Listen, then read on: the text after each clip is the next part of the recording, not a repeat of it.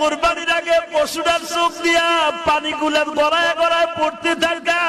ও কি বলে জানেন ইমাম থানভী আজকে তাফসীরে আমি দেখলাম ইমাম থানভী বলে গড়ায় গড়ায় পানি ছেড়ে দিয়া বলে মালিক আমার মতো সৌভাগ্যবান আর কে আছে? তুমি আমার একটা ভালো লোকের বাড়িতে খরিদ করলা। দেখবেন যে এই পশুগুলো কাঁদে ওই মালিকের টাকার মধ্যে কোনো ভেজাল নাই। ও মালিকের বারিন্দায় বসে বসে কাঁদে আর বলে মালিক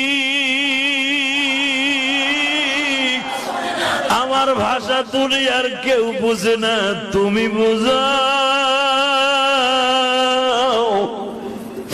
দেখবা কোরবানির একদিন আগে ওর মুখে কোনো খাবার দেয় না, যত দামি দামি খাবার দাও না কিন্তু খায় না, খোল ভুসি দাও খায় না, তাজা ঘাস দাও খায় না।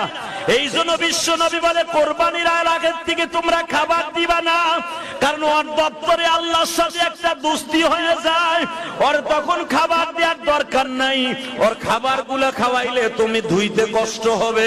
আমি নবী বললাম ওরে একদিন রাতের আগে এর থেকে খাবারটা বন্ধ করে দিও। ও বলে মালিকের কাছে বলে মালিক আর দুনিয়ার খাবার আমার